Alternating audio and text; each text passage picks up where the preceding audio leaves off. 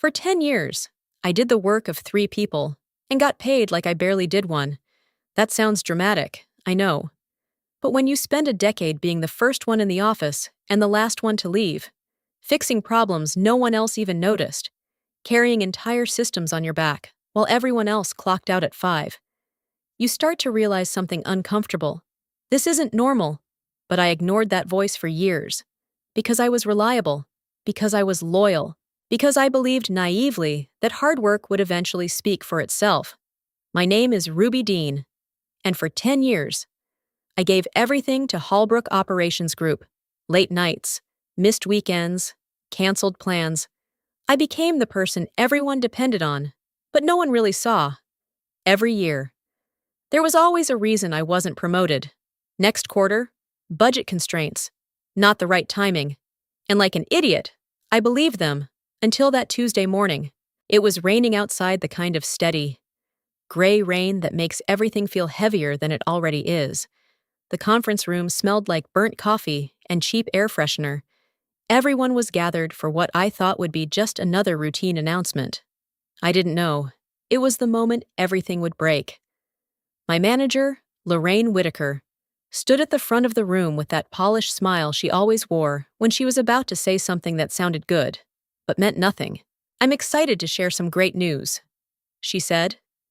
And for a second, I actually thought, finally. This is it. Finally, they see me. I had no idea. I was about to become invisible all over again. Before we go any further, take a moment to subscribe if you believe that hard work deserves to be recognized, not quietly taken advantage of. I'd also love to know where you're listening from and what the temperature is there right now. This is a fictional story. Some elements were created with the help of artificial intelligence. The purpose is to educate, inspire, and entertain. All right, let me tell you how everything really unfolded. Lorraine's smile widened as she glanced toward the door, then back at the room like she was about to unveil something impressive. "I'm thrilled to announce that we've found the perfect person to step into a key leadership role," she said. Her voice bright and rehearsed. My chest tightened slightly. A quiet, cautious hope started to rise. Then she said the name. "Emily Carter will be joining us as our new senior operations coordinator." The words didn't land right away. They just hung there, suspended in the air like something my brain refused to process. Senior operations coordinator. My role. The position I had been unofficially filling for nearly 10 years. Polite applause filled the room. Chairs shifted. A few people smiled and nodded like this was completely normal, like nothing about this was off. I didn't clap, because sitting right next to Lorraine was Emily. I recognized her instantly. I had met her twice before, once when she stopped by the office after church with Lorraine, and again just 2 weeks ago when she shadowed for a couple of days. She gave a small, proud smile, like she had just earned something. And maybe that's what hit me the hardest, because I remembered something else too, on her second day in the office. She had turned to me, completely serious, and asked, "Hey, how do you open a spreadsheet file again?" I thought she was joking. She wasn't. And now she was being introduced as leadership. Lorraine continued talking about fresh perspective and natural leadership energy. But her words blurred together. I could feel my pulse in my ears, my jaw tightening as I waited. Just waited, for her to say something else. Anything. To acknowledge the years I had given. To recognize the work everyone in that room knew I had been doing. Instead, she turned to me with that same polished smile. "Ruby, you'll help Emily get up to speed and transition your responsibilities over the next few weeks. We all need to support each other as a team." Just like that, 10 years reduced to a handoff. No discussion, no recognition, no choice. Something inside me went very still. Not anger, not yet. Just a quiet, sharp clarity. And for the first time in a long time, I stopped trying to understand it.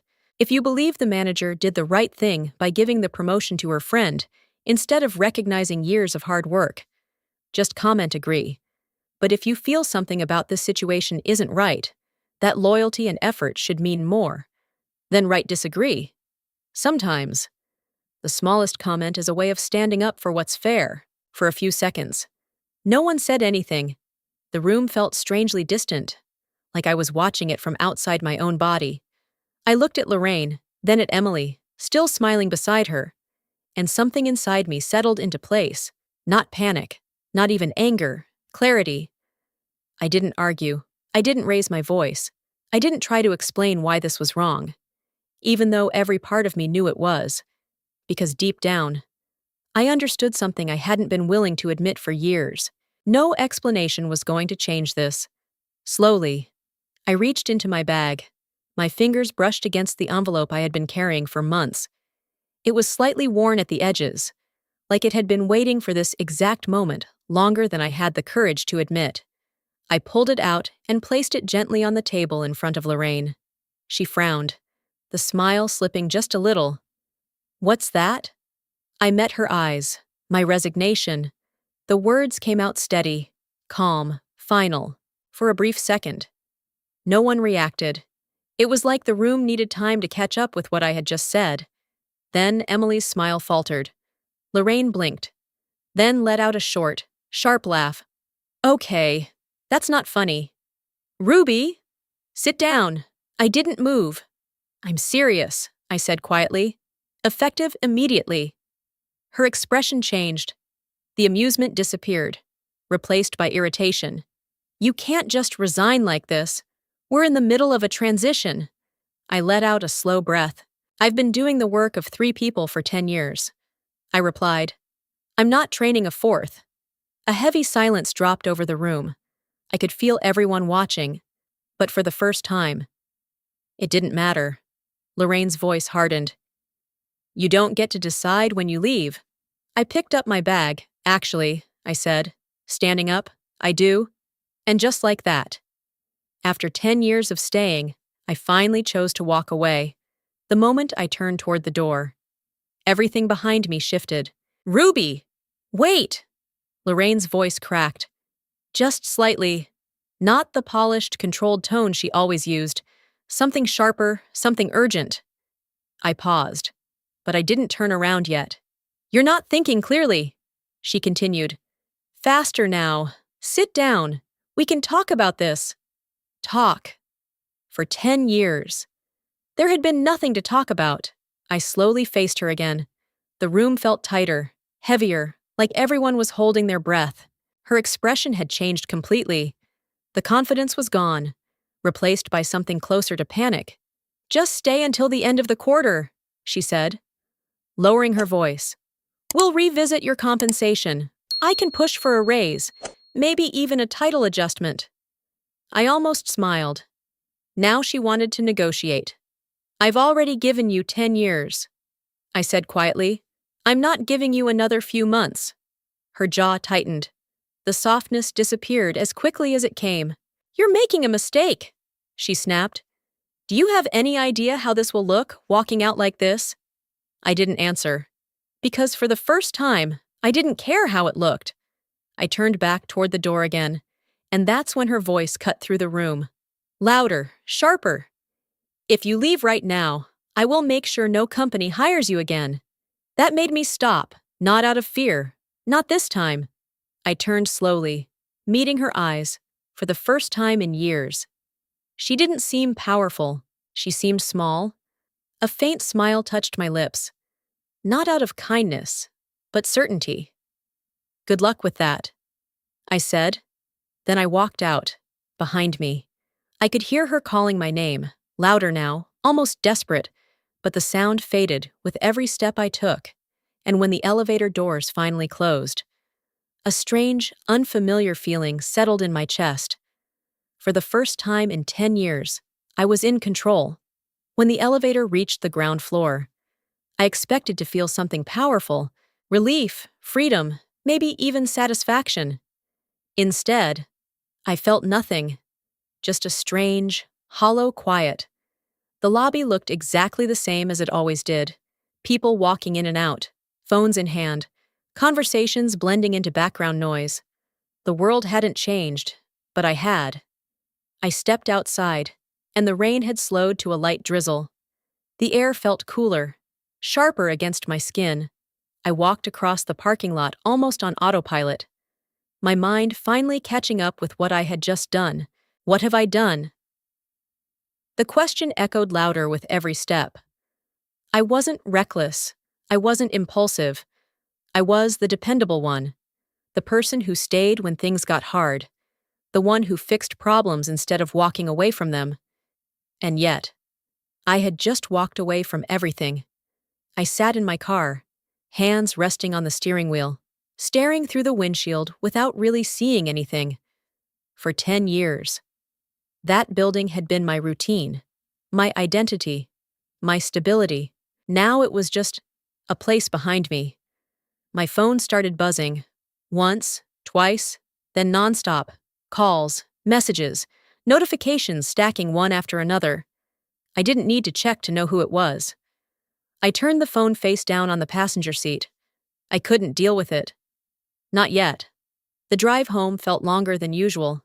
Even though nothing had changed, every familiar street suddenly felt unfamiliar, like I was moving through a version of my life that no longer fit. When I finally stepped into my apartment, the silence hit me harder than anything Lorraine had said. No emails waiting, no deadlines, no pressure hanging over me. Just quiet. I dropped my bag by the door and sat down on the couch, staring at the blank wall in front of me. For the first time in years, there was nothing I had to do, and that terrified me. The silence didn't last long. About an hour later, the doorbell rang. I wasn't expecting anyone. And for a second, I just sat there, staring at the door like it might disappear if I ignored it. But it rang again, more insistent this time. When I opened it, I saw Natalie. She stood there with a paper bag in one hand and 2 cups of coffee in the other, her expression soft but knowing. I figured you'd either be crying, overthinking, or pretending you're fine, she said gently. So I came prepared for all 3. I let out a small laugh, the first real sound I'd made since getting home, and stepped aside to let her in. We sat at the kitchen counter, eating in silence for a few minutes. The normalcy of it felt strange, almost unreal. Then she looked at me. "You really did it," she said. "I did." She nodded slowly, then took a breath. "There's something you need to know." Something in her tone made me straighten. "Lorraine never planned to promote you," she said quietly. The words landed heavier than anything that had happened that morning. What the board approved a senior role years ago. Natalie continued. "HR recommended you. You were the top candidate every single time." My chest tightened. "Then why didn't it happen?" Natalie hesitated for a moment, like she didn't want to say the next part out loud. "Because Lorraine blocked it," she said finally. "Every time, I felt like the ground shifted beneath me." "She told them you weren't leadership material," Natalie added. "That you were a workhorse."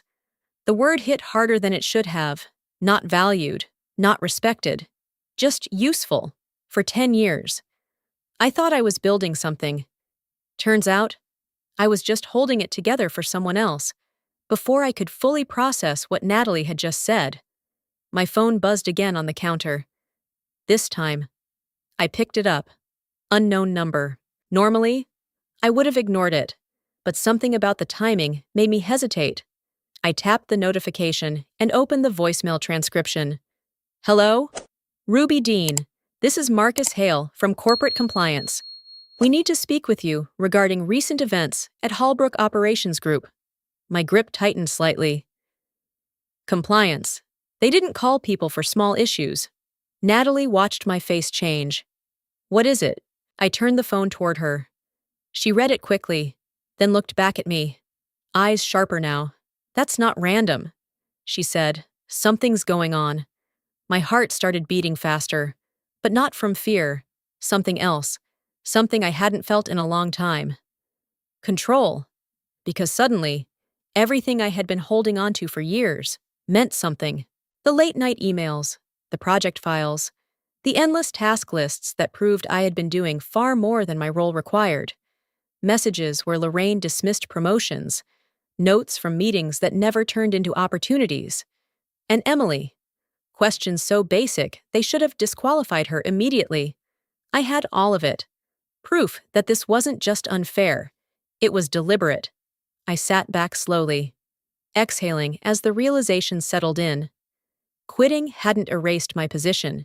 It had exposed it. They want your side of the story, Natalie said quietly.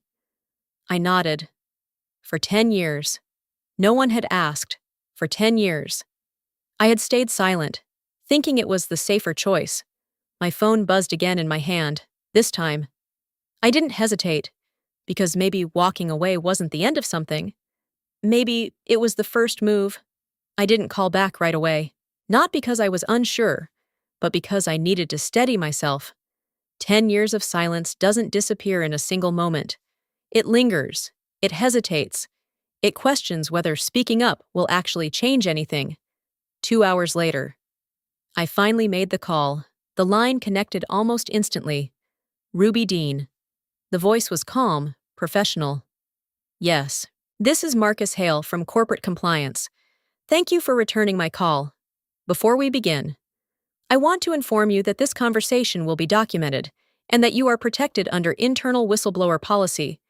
Protected? That word felt unfamiliar. I understand. I said, "We've received multiple reports concerning your former manager," he continued. "Favoritism, irregular hiring practices, and potential misuse of internal authority.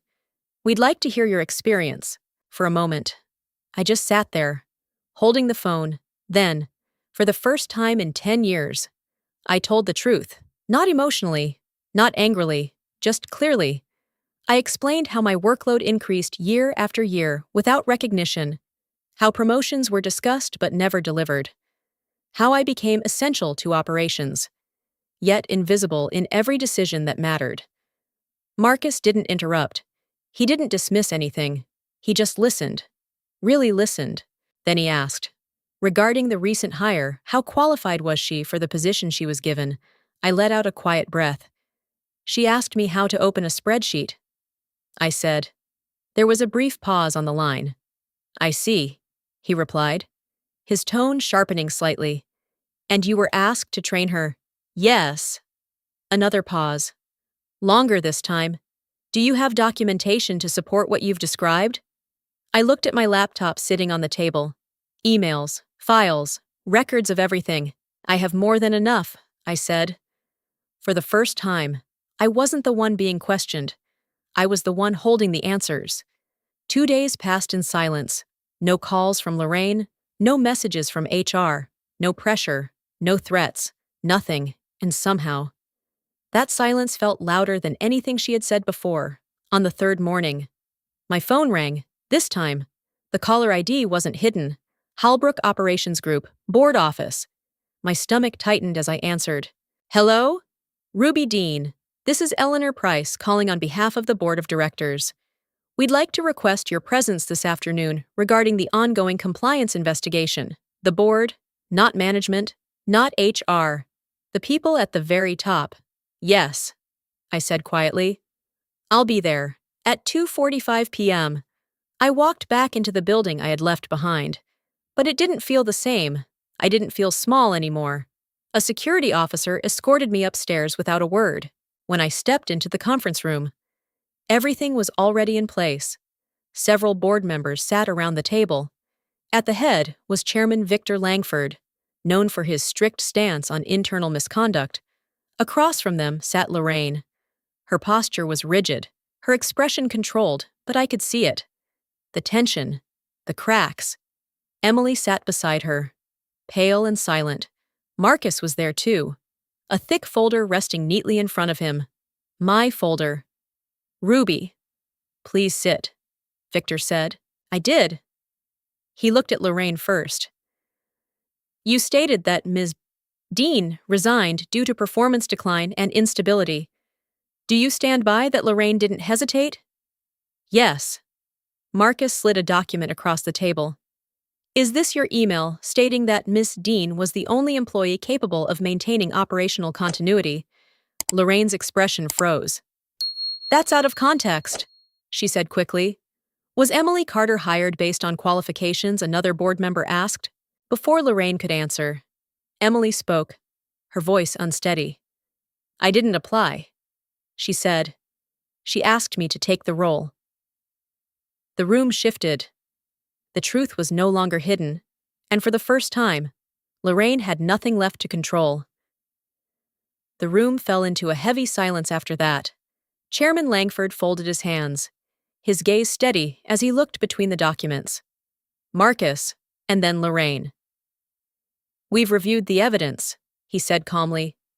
"Emails, internal reports, and testimony." He paused, letting the weight of his words settle. Ruby Dean's resignation was not voluntary. It was the result of sustained mismanagement, favoritism, and a clear violation of company policy. My chest tightened as I heard it said out loud. Not dismissed, not minimized, recognized. Langford turned toward Lorraine. "Effective immediately. Your employment with Hallbrook Operations Group is terminated. A full audit of your hiring and promotion decisions will follow." For a second, Lorraine didn't move. Then she stood abruptly, her composure finally breaking. "This is ridiculous. You're making a mistake." No one responded. Security stepped forward, and within moments, she was escorted out of the room, her voice fading into nothing. The door closed, and just like that, 10 years of silence ended. Langford shifted his attention to Emily.